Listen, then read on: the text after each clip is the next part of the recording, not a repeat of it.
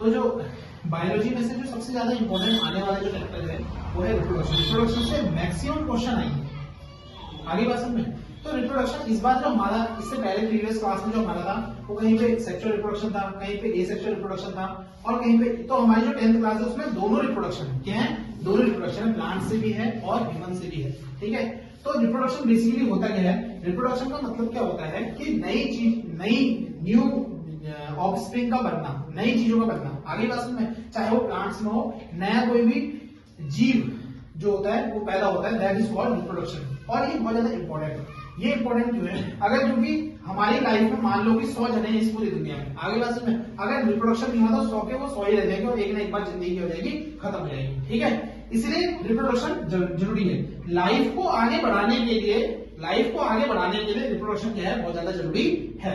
ठीक है, रिप्रोडक्शन के मोड होते हैं, दो प्रकार के होते हैं, एक होता है एसेक्सुअल रिप्रोडक्शन और एक होता है सेक्सुअल रिप्रोडक्शन। आगे बात समझे, तो सबसे पहले हम बात करेंगे एसेक्सुअल रिप्रोडक्शन की। ठीक है, एसेक्सुअल रिप्रोडक्शन एक ऐसा रिप्रोडक्शन होता है जो जिसमें एक सिंगल पेरेंट इन्वॉल्व होता है। सिंगल पेरेंट का मतलब क्या है? एक ही से रिप्रोडक्शन हो जाएगा। मतलब मान लो कोई एक चीज है, वही आगे जाके दो चीजों में बढ़ जाएगी। कोई दो पेरेंट की इन्वॉल्वमेंट नहीं होगा, एक ही से सब चीज बन जाएगा। और इसी में ही क्लोनिंग भी चलती है। क्या चलती है? क्लोनिंग चलती है। क्या चलती है? क्लोनिंग। क्लोनिंग का मतलब यह है कि जो एक चीज है उसके बाद जो दूसरी चीज बनेगी उसमें और इसमें ज्यादा अंतर नहीं होगा, क्योंकि एक से ही बननी तो उसी के जैसा बनेगा। आगे बात में, लेकिन on the other hand sexual reproduction में क्या होता है? थोड़ा सा अंतर होता है। क्या होता है? अलग होता है। क्लोनिंग होना ज्यादा, क्लोनिंग एक जैसा नहीं हो सकता। आगे बात में, जैसे मान लो कि हमारे मम्मी पापा की जो शक्ल है हमसे मिलती जुलती होगी, लेकिन ऐसा नहीं होगा कि उन्हीं की तरह होगी, ऐसा नहीं है। आगे बात समझ में, वो चीज। अब आता है एसेक्सुअल। एसेक्सुअल के मोड अलग अलग है। सबसे पहले वेजिटेटिव प्रोपगेशन। क्या है? Vegetative propagation. मतलब वेजिटेटिव प्रोपगेशन, वेजिटेबल मतलब वेजिटेबल पता है ना आपको, सब्जियां।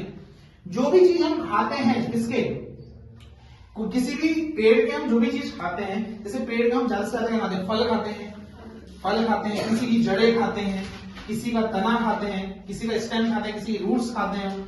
तो ये सारी चीजें से नया चीज बनना, उसको हम बोलते हैं वेजिटेटिव प्रोपगेशन। क्या बोलते हैं? Vegetative propagation. जैसे आपने आलू देखा होगा, क्या देखा होगा?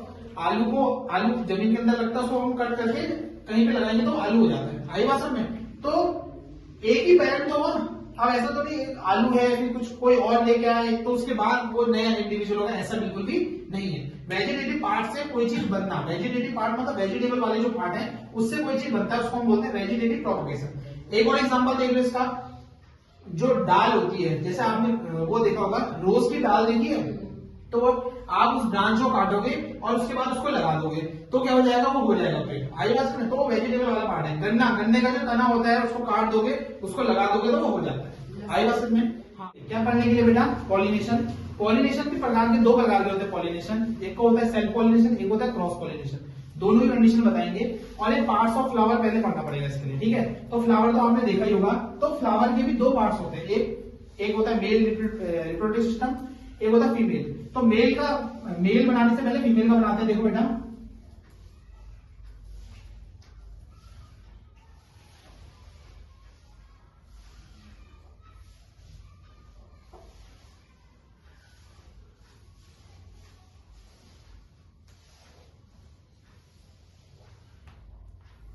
इस पूरे फीमेल रिप्रोडक्टिव पार्ट को हम क्या बोलते हैं बेटा? स्टैमेन। क्या बोलते हैं? स्टैमेन नहीं, पिस्टल बोलते हैं। क्या बोलते हैं? ये पिस्टल। और इसके बाद मेल गैमेट जो होता है इस तरीके से, इसको हम बोलते हैं स्टैमेन। क्या बोलते हैं? स्टैमेन। याद रखना। आगे बात समझ, ये फीमेल गैमेट है, ये फीमेल रिप्रोडक्टिव पार्ट है और ये है मेल रिप्रोडक्टिव पार्ट। ठीक है, ये स्टैमेन के टॉप पे इसको बोलते हैं एंथर। क्या बोलते हैं?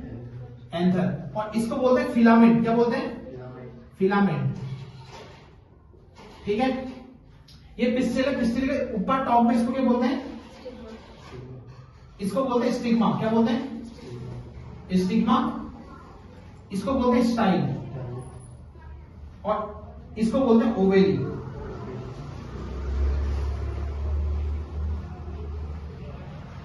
ओवेरी। आगे बात समझेंगे। कल पार्ट्स ऑफ फ्लावर आ सकता है, उसमें आपको ये बनाने हैं। ये है कौन सा part? Female part, female reproductive organs कह सकते हो, फीमेल रिप्रोडक्टिव पार्ट बोल सकते हो, ऑर्गन तो नहीं। फीमेल रिप्रोडक्टिव पार्ट किसका? फ्लावर का। किसका? फ्लावर का। और ये है मेल रिप्रोडक्टिव पार्ट किसका? फ्लावर का। किसका? फ्लावर का। अब जो फीमेल रिप्रोडक्टिव पार्ट है बेटा उसको बोलते हैं पिस्टल। क्या बोलते हैं? इसमें तीन चीजें हैं, स्टिग्मा, स्टाइल और ओवरी, ठीक है। और मेल रिप्रोडक्टिव पार्ट में है एंथर, फिलामेंट और इसको बोलते हैं स्टेमन। क्या बोलते हैं? स्टेमन। ऐसा ही डायग्राम भी आ सकता है, ऐसा डायग्राम आ सकता है, ऐसा डायग्राम में आपको लेवल करने के लिए आ सकता है, लेवल करने के लिए, तो वो लेवल आप करोगे। इसमें जो मेल रिप्रोडक्टिव पार्ट होता है उसमें पॉलन ग्रेन होते हैं। क्या होते हैं? ये है पॉलन ग्रेन। वो किसमें होते हैं? एंथर में। किसमें होते हैं? एंथर में, ठीक है। और फीमेल रिप्रोडक्टिव पार्ट में ओवरी में भी एक पॉलन ग्रेन होते हैं। आगे बात समझ में। अब जैसे ही हवा वगैरह आती है, कुछ होता है, तो यहां से पॉलन ग्रेन कहां जाएंगे? यहां से पॉलन ग्रेन कहां जाएंगे? स्टिग्मा के थ्रू किसमें जाएंगे? ओवरी, ठीक है। उसको हम बोलेंगे पॉलिनेशन। क्या बोलेंगे? पॉलिनेशन। समझ में आ गई बात? पॉलिनेशन का मतलब यहां से एंथर उड़ते हुए कहां जाएंगे? ओवरी में जाएंगे। इसको हम बोलते हैं क्या? पॉलिनेशन। क्या बोलते हैं? पॉलिनेशन। अगर ये घटना जो है ये एक फ्लावर में हुई, किसमें हुई? एक फ्लावर में हुई, इसी का एंथर इसी के पिस्टल में गया, इसी के एंथर से क्या होता है? पॉलन ग्रेन इसी के फीमेल रिप्रोडक्टिव पार्ट में गए, तो उसको हम बोलेंगे सेल्फ पॉलिनेशन। क्या बोलेंगे? Self pollination. Self pollination. आगे बात से मैं ऑन द अदर हैंड, याद मान लो ये फूल अलग है और यहाँ पे दूसरा फूल है, तो यहां से इसके एंथर से जो भी पॉलन ग्रेन है वो दूसरे फूल में गया, तो उसको हम बोलेंगे, क्या बोलेंगे? Cross pollination. क्या बोलेंगे? Cross pollination. क्या बोलेंगे उसको? Cross pollination. Self pollination, cross pollination का अंतर समझ में आ गया, तो इसी को बोलते हैं सेल्फ पॉलिनेशन, क्रॉस पॉलिनेशन। समझ में आ गई बात? कोई दिक्कत वाली बात नहीं है। ये भी किसका एग्जांपल है? ये किसका एग्जांपल है? सेक्सुअल रिप्रोडक्शन का एग्जांपल है फ्लावर में। अब सेक्सुअल रिप्रोडक्शन किसमें? मेल, ये ह्यूमंस में कैसे होता है ये आपको पता ही है, ठीक है। इसको अब यहाँ देखो बेटा, रिप्रोडक्शन इन ह्यूमंस। ह्यूमन में रिप्रोडक्शन कैसे होता है बेटा? देखो पार्ट्स, मेल गैमेट क्या है? पहले सबसे पहले मेल रिप्रोडक्टिव पार्ट। क्या होता है? मेल रिप्रोडक्टिव पार्ट, और एक होता है फीमेल रिप्रोडक्टिव पार्ट। डायग्राम आप लोग देख लेना, मैं आपको समझा देता हूँ, ठीक है। मेल रिप्रोडक्टिव पार्ट में क्या होता है?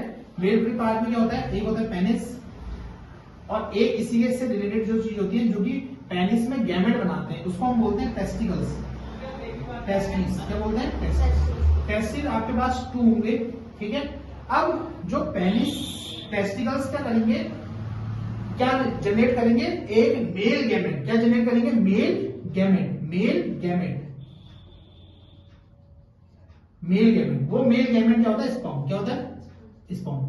आगे बात समझ में। फीमेल में क्या होता है? फीमेल में जो फीमेल रिप्रोडक्टिव पार्ट होता है उसको हम बोलते हैं ओवरी। क्या बोलते हैं? नहीं, यूट्रस बोलते हैं। क्या बोलते हैं? यूट्रस। आगे बात समझ में। और यूट्रस के अंदर जो होती है ओवरी होता है, वो एक फीमेल गैमेट प्रोड्यूस करती है एवरी मंथ। उसको हम बोलते हैं क्या? उसको बोलते हैं ओवा। क्या बोलते हैं? ओवा। याद रखना। आगे बात समझ में, कोई दिक्कत वाली बात तो नहीं है, ठीक है। अब होता क्या है, जब मेल गैमेट फिजिकल इंटीमेसी के दौरान जब पेनिस जो होता है यूट्रस में इजेक्ट होता है, तो उस दौरान क्या होता है? मेल गैमेट में क्या होता है? स्पर्म निकलता है, और वो कहां जाएगा? यूट्रस में। किसमें जाएगा? यूट्रस में जाएगा, और अंदर क्या होगा? इस तरीके से ओवम होगा। क्या होगा? ओवम होगा। समझ में आई बात? तो ये स्पर्म जैसे आएंगे, तो स्पर्म एक टाइम पे बहुत सारे स्पर्म आते हैं, 1 ट्रिलियन स्पर्म आएंगे, और अंदर क्या है? ओवा है। ओवा बोले तो ये है फीमेल गैमेट जिसे हम बोलते हैं। तो इसमें से एक स्पर्म जाएगा अंदर को, और इसके साथ क्या करेगा? जाइगोट फॉर्मेशन करेगा। फर्टिलाइजेशन कहते हैं उसको। क्या बोलते हैं? Fertilisation. The formation of male gamete and female gamete is called fertilisation. यहाँ पे इंटरकोर्स होंगे और इंटरकोर्स में मिलेंगे, तो धीरे धीरे फिर यहाँ पे इसके आगे का वो दिखाऊं तो मैं ऐसे करके फ्यूजन हो जाएगा। फ्यूजन के बाद धीरे धीरे आगे बढ़ते बढ़ते फिर एक 9 महीने बाद एक बेबी का क्या ले लेगा?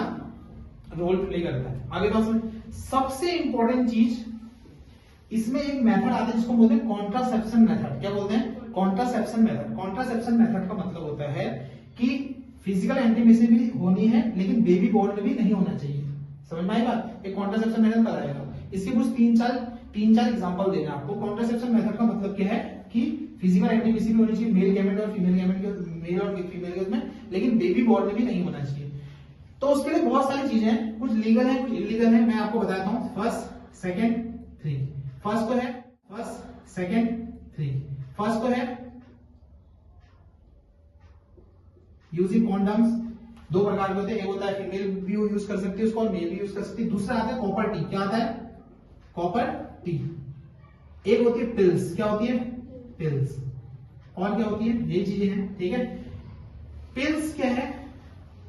जैसे हमारे पास अनवांटेड 72 होती है। क्या होती है? अनवांटेड 72। अनवांटेड 72 का मतलब ये होता है कि अगर फिजिकल इंटीमेसी के दौरान अगर फीमेल को वो पिल खिलानी पड़ती है। क्या खिलानी पड़ती है? पिल। फिजिकल इंटीमेसी के बाद 72 घंटे के अंदर, जैसे मान लो कि स्पर्म कहां चले गया है, यूट्रस के थ्रू वो जा रहा है आगे को, तो 72 घंटे तक इससे अंदर ना जा पाए, इनको वैनिश करने के लिए एक पिल आती है जो इस गैमेट को कर देगी, वैनिश कर देगी। लेकिन ये तब होना चाहिए 72 आवर्स तक। कितने तक? 72 घंटे तक क्या हो जाएगा, ये पिल काम करेगी। 72 घंटे के बाद ये पिल काम नहीं करेगी। अगली बात समझ में ये है। और बैरियर मेथड होता है। बैरियर तो आपको कॉन्डम से भी मिल जाएगा, तो बैरियर है जो कि स्पर्म होगा वो कॉन्डम से नहीं क्या हो जाएगा, रुक जाएगा और आगे वो जाएगा नहीं। समझ में आई बात? तो ये कुछ कॉन्ट्रासेप्शन मेथड है। आगे बात समझ में ये सब चीज है, ये सब चीज मैंने आपको बता दिया। इसके बाद क्या बचता है रिप्रोडक्शन में? ये तो हो गया, ये हो गया। और क्या है? हाँ, एक और चीज जो मैंने बोला, फीमेल में क्या होता है, एक साइकिल आती है जिसको हम बोलते हैं मेंस्ट्रुएशन साइकिल। क्या बोलते हैं? मेंस्ट्रुएशन साइकिल, जो हर 30 डेज में आएगी। कितना आएगी? हर 30 डेज में आएगी मेंस्ट्रुएशन साइकिल। आई बस में वो मेंस्ट्रुएशन साइकिल की डेट होती है फिक्स या नहीं होती है, हमें ज्यादा जानकारी नहीं है, लेकिन फिक्स डेट होती है शायद। तो क्या होता है, जो फीमेल में जो ये गैमेट होता है, जो गैमेट जिसे हम बोलते हैं ओवा, ये गैमेट क्या होता है, ब्लड के थ्रू क्या होता है, रिलीज होता है। क्या होता है? ब्लड के थ्रू क्या होगा, वो रिलीज होगा। अभी ब्लड के थ्रू जब ये रिलीज होता है तो हर बार ये अनफर्टिलाइज रिलीज होता है, अनफर्टिलाइज रिलीज होता है, अनफर्टिलाइज रिलीज होगा। लेकिन जब अगर मेल गैमेट अगर फीमेल गैमेट के साथ इंटरेक्ट करेगा तो ये अनफर्टिलाइज एग क्या बन जाएगा, फर्टिलाइज बन जाएगा। क्या बन जाएगा? फर्टिलाइज बन जाएगा और जाइगोट फॉर्मेशन का उस दौरान क्या होगा, जो पीरियड का जो मेंस्ट्रुएशन साइकिल है वो क्या हो जाएगी, रुक जाएगी। उसमें क्या हो जाएगा, रुक जाएगी। जैसे कि आपके 9th मंथ में शायद मेरे हिसाब से रुक जाती है। आगे बात समझ में आ गई बात? तो ये एक प्रोसेस है।